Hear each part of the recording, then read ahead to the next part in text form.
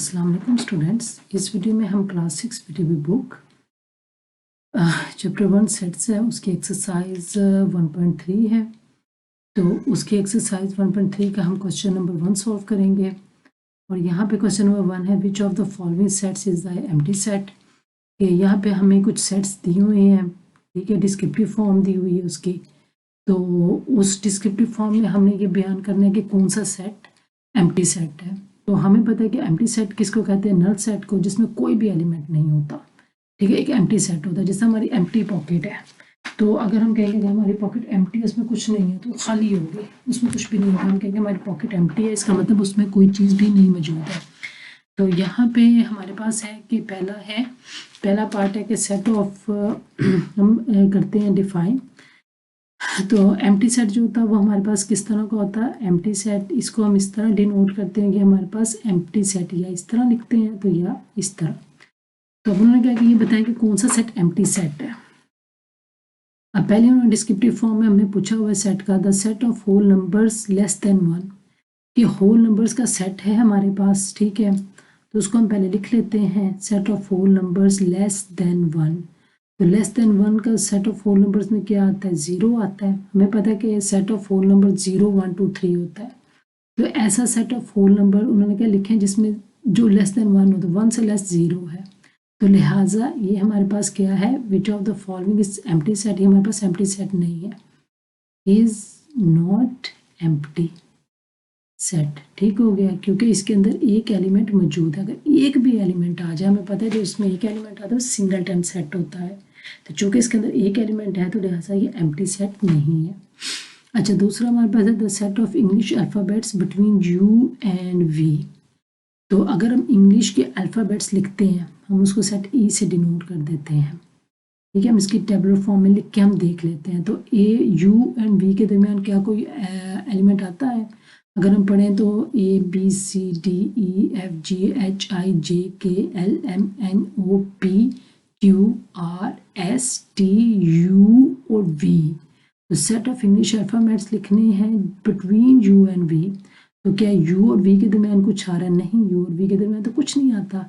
तो ये क्या हो गया, ये आपके पास एम्प्टी सेट हो गया, इज एम्प्टी सेट। क्योंकि अगर आप देखो तो यू के फौरन बाद वी आ जाता है, यू के और वी के दरमियान कोई ऐसा अल्फ़ाबेट नहीं है। पहले यू आता है, उसके फौरन बाद वी आ जाता है, तो वो क्या होता है, हमारे पास एम्प्टी सेट होता है। फिर set of vowels other than A और ओ, उन्होंने कहा कि सेट ऑफ वॉवल्स लिखें, ठीक है। आप ये बताएं कि एक सेट ऑफ वॉवल्स है आपके पास, ए अदर देन ए एंड ओ, यानी कि उसमें ए और ओ नहीं है। तो सेट ऑफ वॉवल्स हमारे पास होता है ए ई आई ओ यू। तो सेट ऑफ वॉवल्स है, उन्होंने क्या ऐसा सेट ऑफ वॉवल्स है जिसमें ए और ओ नहीं है, वो अब हमने लिख लिया है। तो कह के वो कहते बताएं क्या ये एम्प्टी है?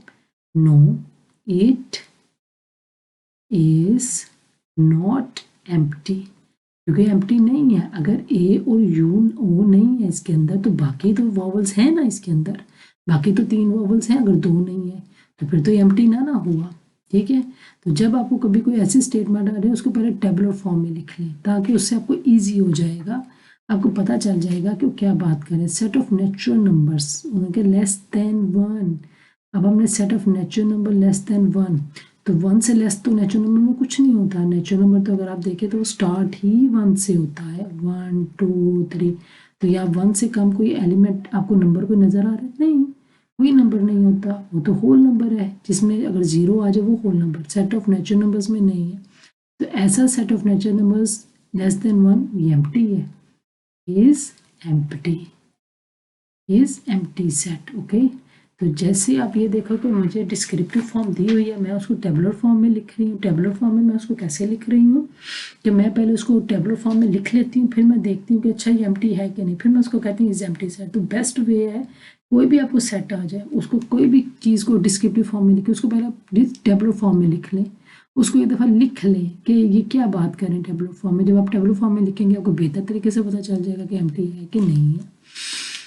उसके बाद क्वेश्चन नंबर 5 है हमारे पास, set of even numbers which are which are odd numbers.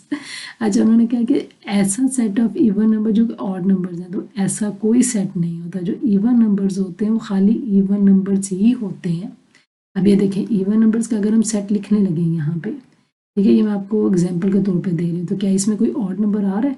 नहीं, इवन नंबर्स में कभी भी ऑड नंबर्स नहीं आता, तो लिहाजा ये इज एम्प्टी सेट है। ठीक है, इज एम्प्टी सेट है, क्योंकि उन्होंने कहा कि ऐसा सेट है कि जिसमें ऑड नंबर्स आ रहे हैं। इवन नंबर्स का ऐसा सेट जिसमें ऑड नंबर, तो इवन का तो कोई नंबर का कोई ऐसा सेट नहीं है जिसमें ऑड नंबर्स आते हो, लिहाजा ये एम्प्टी सेट है हमारे पास। तो यहाँ पे हमने क्वेश्चन नंबर 1 में उन्होंने हमसे पूछा था which of the following set is empty set.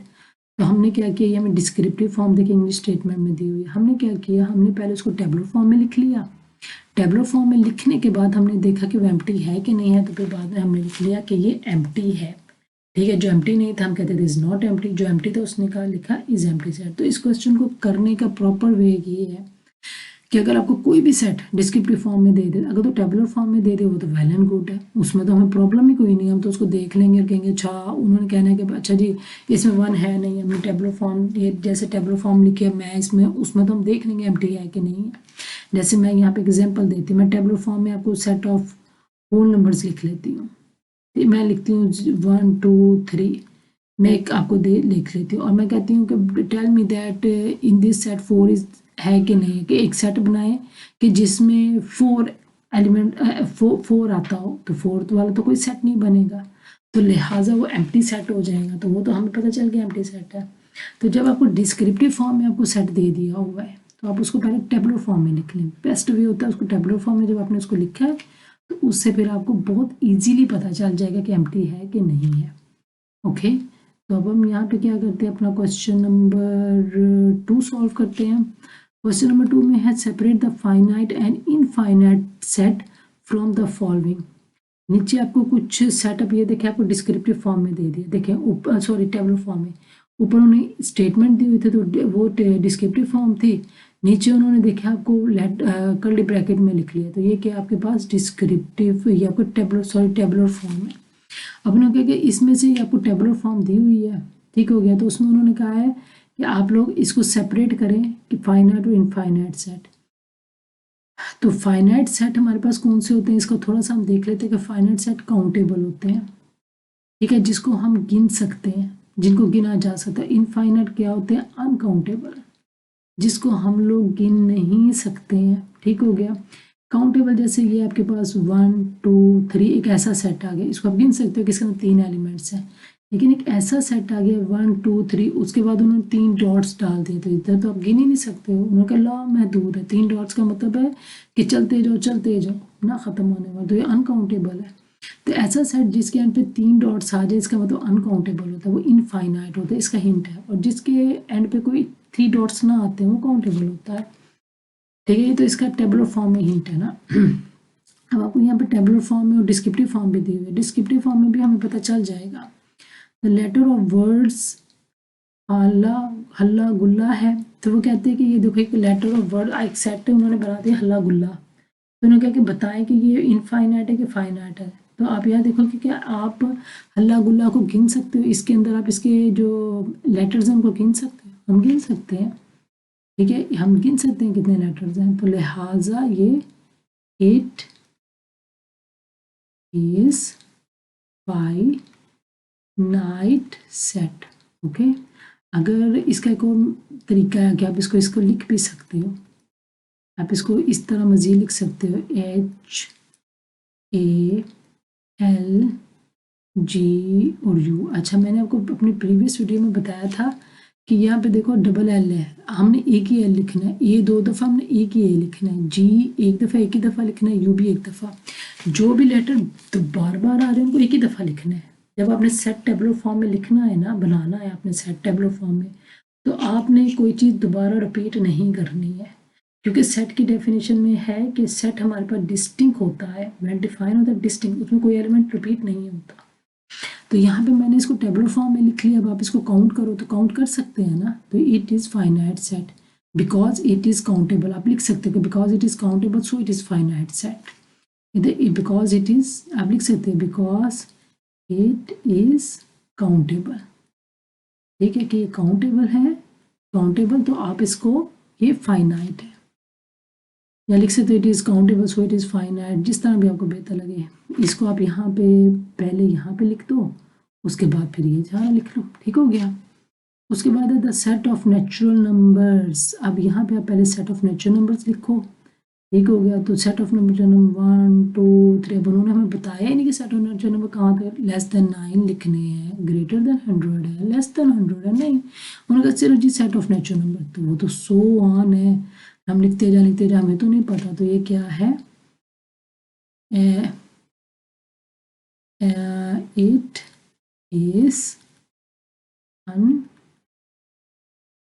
Uncountable so it is infinite. Okay, ये अनकाउंटेबल है तो लिहाजा ये इनफाइनाइट है। Number of days in a year, oh number of days in a year, हमें पता है कि एक साल में कितने दिन होते हैं, 365, हम गिन सकते हैं एक साल में कितने दिन है। समझ आइए, तो हम इधर लिखेंगे it is countable, it is countable so it is finite, कि हम इसको गिन सकते हैं, लिहाजा ये फाइनाइट। हमें पता है कि वो जो सेट ऑफ डेज है कितने हैं, 365 डेज होते हैं, 365 आप लिख सकते हो कि इसमें 365 डेज होते हैं, तो मैंने वैसे लिख दिया, लेकिन चूंकि आपको ये लिखने की ज़रूरत नहीं है, तो 365 डेज होते हैं हमें पता है, तो लिहाजा ये काउंटेबल है, तो लिहाजा ये फाइनाइट है। उसके बाद हमारे पास आ रहा है डी, इस्लामिक मंथ्स का सेट है। तो इस्लामिक मंथ्स आप यहाँ पे 12 इस्लामिक मंथ्स के नाम लिख सकते हो, और लेकिन अगर आप देखो तो हम इनको इस्लामिक मंथ्स को गिन सकते हैं। रबीउल अव्वल, रबीउल सानी, पता 12 मंथ्स हैं, तो it is countable, it is countable so it is finite, क्योंकि हमें पता है कि 12 इस्लामिक मंथ्स हैं, हमें पता है कि हमारे पास 12 इस्लामिक मंथ्स हैं। आपका दिल करे तो आप यहाँ पे इस्लामिक मंथ्स लिख सकते हो, रबीउल अव्वल, रबीउल सानी, रजब, शबान, मुहर्रम, सब रमज़ान, आप इनके 12 के नाम लिख सकते हो यहाँ पे। ओके, लिख के उसके बाद कह सकते हो, अगर नहीं तो आप सिंपल कह सकते हो it is countable so it is finite, या as it is countable, as का लफ्ज़ बिल्कुल ठीक होगा इसके लिए। यहाँ पे आप लिख सकते हो एज इट इज़ काउंटेबल, कि ये हमारा, हम इसको गिन सकते हैं, सो इट इज़ फाइनाइट। अच्छा, नेक्स्ट आपके पास है क्वेश्चन नंबर ई है आपके पास यहाँ पे, ठीक है। तो यहाँ पे ये है, अब ये देखो कि मैंने आपको शुरू में ही बता दिया था कि जिस टेबुलर फॉर्म में 3 आपके पास कोमा के बाद ये डॉट्स आ रहे हैं तो वो इनफाइनाइट होता है, हम इसको काउंट नहीं कर सकते। As it is uncountable so it is infinite, तो ये क्या है, इनफाइनाइट है। ओके, अच्छा अगला देखो कि आप इसको काउंट कर सकते हो, यस कर सकते हो, क्योंकि हमें पता है कि अंदर कितने लेटर्स हैं। हम लिख सकते हैं as it is countable, as it is countable so it is finite, ये काउंटेबल है तो लिहाजा ये फाइनाइट है। तो यहाँ पे हमारे पास लास्ट है, या लेफ्ट फॉर यू है, कि इसको सिर्फ मैं ट्रांसलेट, ये सेम ऐसी है जैसा ये है, बिल्कुल इस जैसा ही है। ओके, ये दोनों सेम, इनकी एक ही स्टेटमेंट है। ओके, कि as it is uncountable so it is infinite, क्योंकि यहाँ पे 3 डॉट्स आ गए, हमें नहीं पता, ये सो ऑन चलते जाए। आप लिख सकते हो as it is uncountable so it is infinite, क्योंकि हम गिन नहीं सकते। तो यहाँ पे हमने अपने ये 2 क्वेश्चन सॉल्व किए एक्सरसाइज 1.3 के। नेक्स्ट वीडियो में अपने नेक्स्ट क्वेश्चन सॉल्व करेंगे। टिल देन अल्लाह हाफिज़, see you in the next video.